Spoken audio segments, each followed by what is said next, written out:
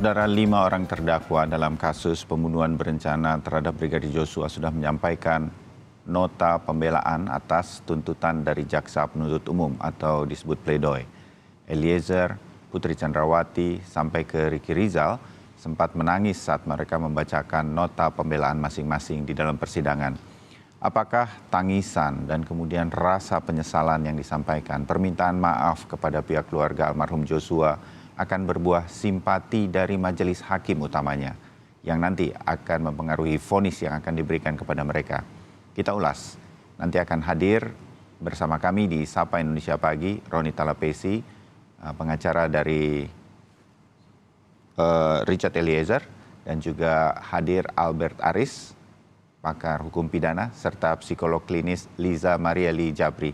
Mbak Lisa dan Bung Albert, selamat pagi, salam sehat. Mungkin nanti kita menunggu Bung Roni beberapa saat ke depan akan hadir. Apa kabar? Kabar baik. Apa kabar Mas Bayu? Ya, Bung Albert, kita sudah menunggu tinggal beberapa waktu lagi bahwa sidang yang panjang ini mendapat perhatian dari masyarakat, akan jatuh vonis dari majelis hakim. Anda sempat mengatakan di beberapa artikel di online yang saya baca, berharap tuntutan jaksa penuntut umum yang menuai pro dan kontra terhadap Richard Eliezer itu bisa dibela sedemikian rupa lewat pledoi yang disampaikan tim pengacara atau tim kuasa hukum Eliezer. Sudah terjadi menurut Anda dalam pledoi yang dibacakan beberapa hari lalu, Bung Albert? Terima kasih Mas Bayu. Jadi ada hal yang menarik yang saya dengar kemarin dalam penutup dari pledoi yang disampaikan oleh penasihat hukum Richard Eliezer. Kita tidak meminta putusan bebas, Mas. Sekali lagi saya katakan, mereka tidak meminta putusan bebas, tetapi meminta putusan lepas, Mas. Ontslapan alle revolving. Apa artinya, Mas? Ya.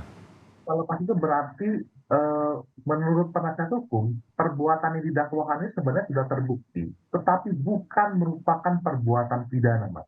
Karena ada alasan penghapus pidana, baik itu alasan pembenar maupun alasan pemaaf. Oleh karena itu, secara kesimpulan, Mas, intisari dari pembelaan dari penasihat hukum Richard Eliezer itu ada dua, Mas. Yang pertama begini, Richard Eliezer itu sendiri sudah mengakui, Mas. Ya, tapi dalam konteks penyertaan, dia adalah orang yang disuruh melakukan sehingga tidak memiliki pertanggungjawaban pidana, Mas. Kalau kita lihat, Mas, ini menarik juga, Mas.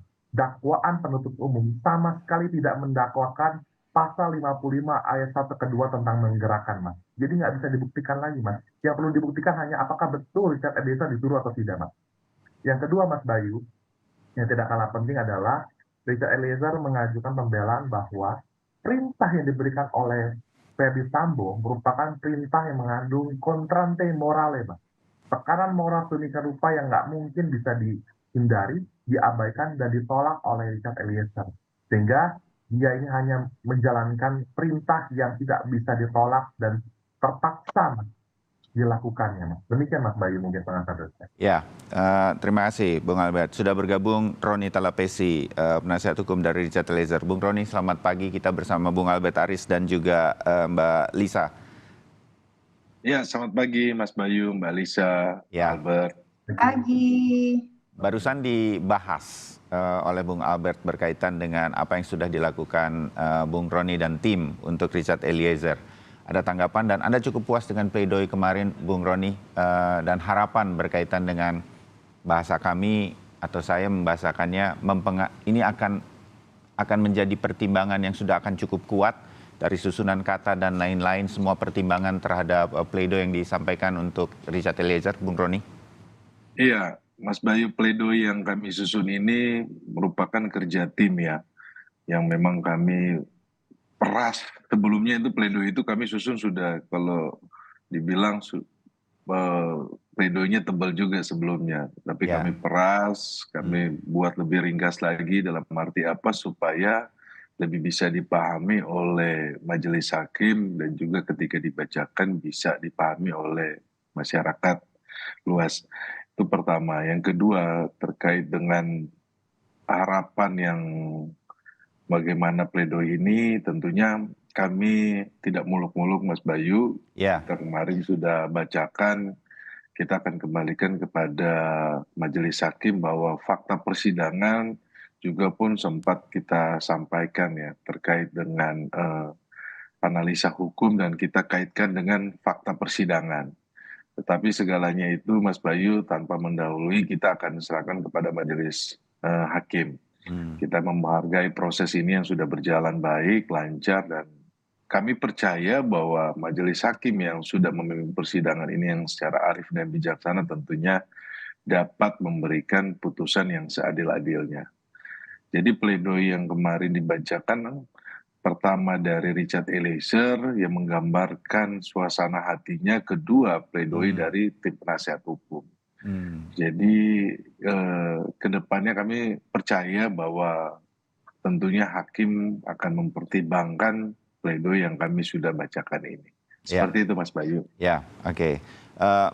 Mbak Lisa, kita lihat beberapa terdakwa menangis ketika membacakan langsung atau sendiri pledoi atau pembelaan mereka. Paling tidak dari amatan yang saya lihat ada Richard Eliezer, juga Ricky Rizal juga sempat menangis selain Ibu Putri Chandrawati. Anda melihat dari sisi psikolog begitu, ini bisa mempengaruhi, hakim juga manusia begitu. Kita juga menyaksikannya sebagai penonton tentu melihat, walaupun ada sugesti, saya harus mengakui bahwa rasanya tanpa bermaksud untuk a priori terhadap para terdakwa satu dengan lainnya, mungkin karena kita merasa ada rasa kejujuran di dalam setiap keterangan di dalam persidangan untuk Richard Eliezer, saya merasa ada lebih simpati kepada Richard Eliezer dibanding terdakwa lain. Tapi Anda melihatnya seperti apa? Pengaruh-pengaruh seperti ini akan terasa seperti apa kepada setiap orang, termasuk hakim? Mbak Lisa. Ya, kalau berbicara dari sudut pandang psikologi, emosi yang paling aman, jadi emosi itu ragamnya itu banyak sekali Mas Bayu, di spektrum. Tapi dua emosi yang paling aman dan paling sering kita perlihatkan itu adalah marah dan sedih. Kenapa? Karena kalau marah itu terkesan memberikan power buat kita, kalau sedih itu terkesan memberikan simpati buat kita. Jadi memang wajar saja dalam kondisi seperti saat ini mereka menggunakan sedih tersebut. Cuman kita harus pahami di psikologi, konstruk psikologi itu ada juga yang namanya energi. Ya, energi bagaimana kita menangkap seperti yang tadi Mas Bayu katakan, kok kayaknya ada lebih simpati untuk Richard Eliezer. Karena itu ada energi-energi yang tidak bisa berbohong. Seperti misalnya, nah ini contoh nyata sekali, kita pasti pernah pada satu saat beberapa kali dalam hidup kita ketemu orang pertama kali, baru benar-benar ketemu, belum pernah kenal, belum tahu dia siapa, tapi bisa langsung suka atau bisa langsung tidak suka. Kan gitu Mas Bayu, pernah pasti ya kita semua. Nah, ini membuktikan secara psikologi ada energi yang tertransfer. Nah, apalagi kemudian persidangan ini sudah cukup berjalan sudah cukup lama ya. Kita melihat ada konsistensi dari Richard Eliezer. Jadi kita semakin percaya akan energi yang sebelumnya. Jadi di awal sekali itu ada energi kejujuran yang kita tangkap dan kemudian kita makin merasakan itu ketika semua cerita dia, semua paparan penjelasan itu selalu konsisten dari awal sampai dengan akhir. Nah, itu makin memperkuat rasa empati yang kita Richard Eliezer. Jadi memang demikian, kita wajar sekali dalam kehidupan sosial kita menggunakan emosi tersebut pada saat berinteraksi. Tapi bagaimana energi itu tertangkap oleh yang melihat, mendengar, merasakan, nah itu bisa berbeda. Tergantung dari tentunya ketulusan dari dalam orang yang melakukan, memancarkan, menggunakan emosi tersebut. Oke. Mungkin kita serahkan itu kepada masing-masing orang yang mengikuti jalannya sidang, termasuk majelis hakim berarti. Tapi benar, ada rasa-rasa transfer energi itu, terjelaskan oleh Mbak Lisa. Saya balik ke Bang Roni. Bang Roni, tadi diangkat sedikit oleh Bung Albert. Di bagian akhir pledoi, penasihat hukum Eliezer tidak meminta untuk bebas. Walaupun kita banyak berbincang, Bung Roni ya, dalam Breaking News ataupun program Sapa Indonesia Pagi bersama saya misalnya.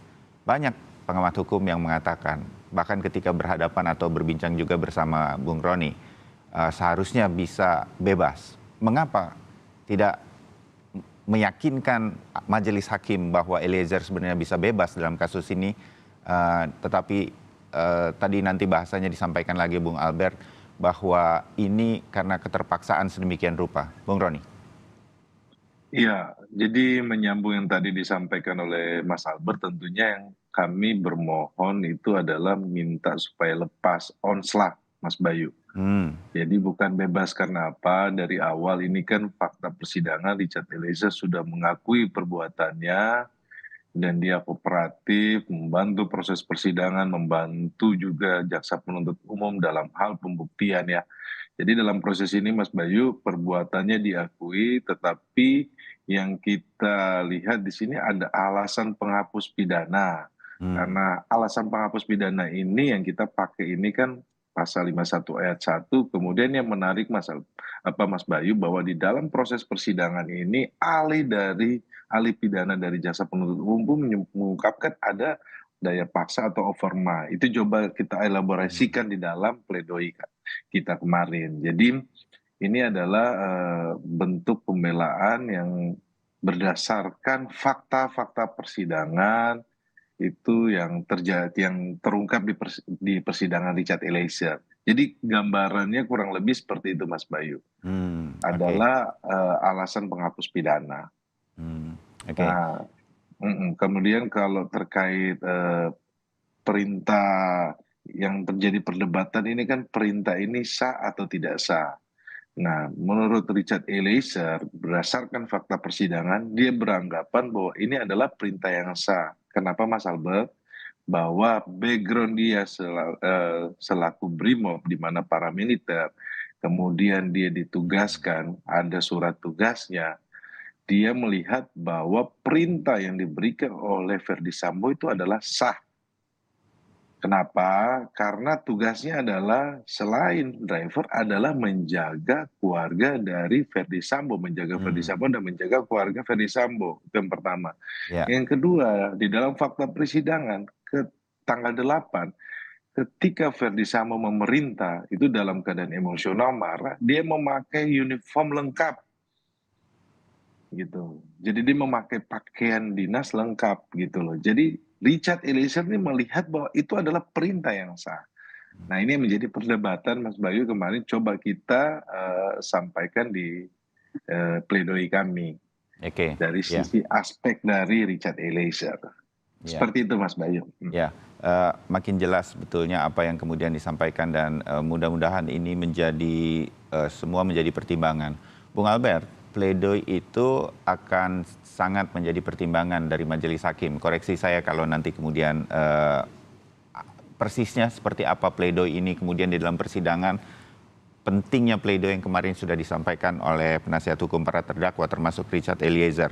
Mengapa kita sedikit fokus pada Richard Eliezer? Karena selain para pengamat juga ada masyarakat yang datang langsung, kita sebut saja semacam fans dari Richard Eliezer, tetapi ketika tuntutan terhadap Richard Eliezer dibacakan oleh jaksa penuntut umum 12 tahun, lebih tinggi dari terdakwa yang lain kecuali Verdi Sambo, ini kemudian menuai pro dan kontra dari banyak pihak. Netizen di media sosial juga membacanya. Anda melihat dukungan atau pro dan kontra di tengah masyarakat serta upaya dari penasihat hukum ini nanti bisa dipertimbangkan oleh majelis hakim, harus dipertimbangkan oleh majelis hakim dalam memutuskan vonis nanti terhadap Richard Eliezer, Bung Albert? Ya, jadi begini Mas, kalau menurut pasal 183 KUHP, hakim tidak dapat menjatuhkan pidana. Dirumuskan pidana negatif ya, tidak dapat menjatuhkan pidana. Kalau sekurang-kurangnya tidak ada dua alat bukti yang sah, disertai keyakinan hakim bahwa telah terjadi peristiwa pidana dan terdakwa benar-benar bersalah melakukannya. Kata kuncinya ini ada keyakinan hakim, Mas. Jadi itu sendiri yang merupakan hak dari terdakwa dan penasihat hukumnya adalah upaya untuk membawa hakim pada keyakinannya. Nah, jangan lupa juga Mas, saya mau sampaikan pagi hari ini bahwa hakim menurut Undang-Undang Kekuasaan Kehakiman pasal 5 wajib menggali nilai-nilai dan rasa keadilan di masyarakatnya. Ini menjadi hal yang penting, sekali lagi bukan untuk mengurangi independensi kehakiman, Mas, dan juga menjadikan pengadilan ini sebagai trial by the mat, pengadilan massa. Bukan demikian, Mas. Tetapi rasa keadilan itu dirasakan oleh masyarakat tanpa harus memperdebatkan pasal-pasal hukum seperti kita bahas tadi, Mas. Ini menjadi poin penting. Nah, tadi saya mau sedikit menegaskan, mengafirmasi apa yang disampaikan oleh Bang Roni tadi. Jadi yang dimaksud perintah sah itu adalah berkaitan apakah si pemberi perintah itu punya otoritas atau tidak. Maka dari bahasa aslinya, amplop devil itu kalau berkaitan dengan orang yang memberikan perintah itu, dikatakan berbode sezak. Orang itu memiliki otoritas apa bukan? Tadi Bang Roni mengatakan pada saat perintah itu diberikan, seragamnya lengkap ya, Bang Roni, betul ya? Jadi seragam itu melekat, itu nanti diterangkan secara psikologis oleh Mbak Lisa atau para ahli psikolog yang lain. Betul nggak perintah itu menjadikan seorang Richard Eliezer tidak merasa menolak perintah tersebut, Mas? Ini adalah kunci pembuktiannya sebenarnya, menurut saya. Demikian, Mas. Baik, kita jeda sebentar untuk kemudian nanti saya juga ingin minta tanggapan Mbak Lisa sebagai seorang psikolog untuk melihat mengapa masyarakat kemudian ada pro dan kontra terutama terhadap Richard Eliezer ketika mendengar tuntutannya. Tetap bersama kami untuk mendengar komentar tersebut. Kami segera kembali.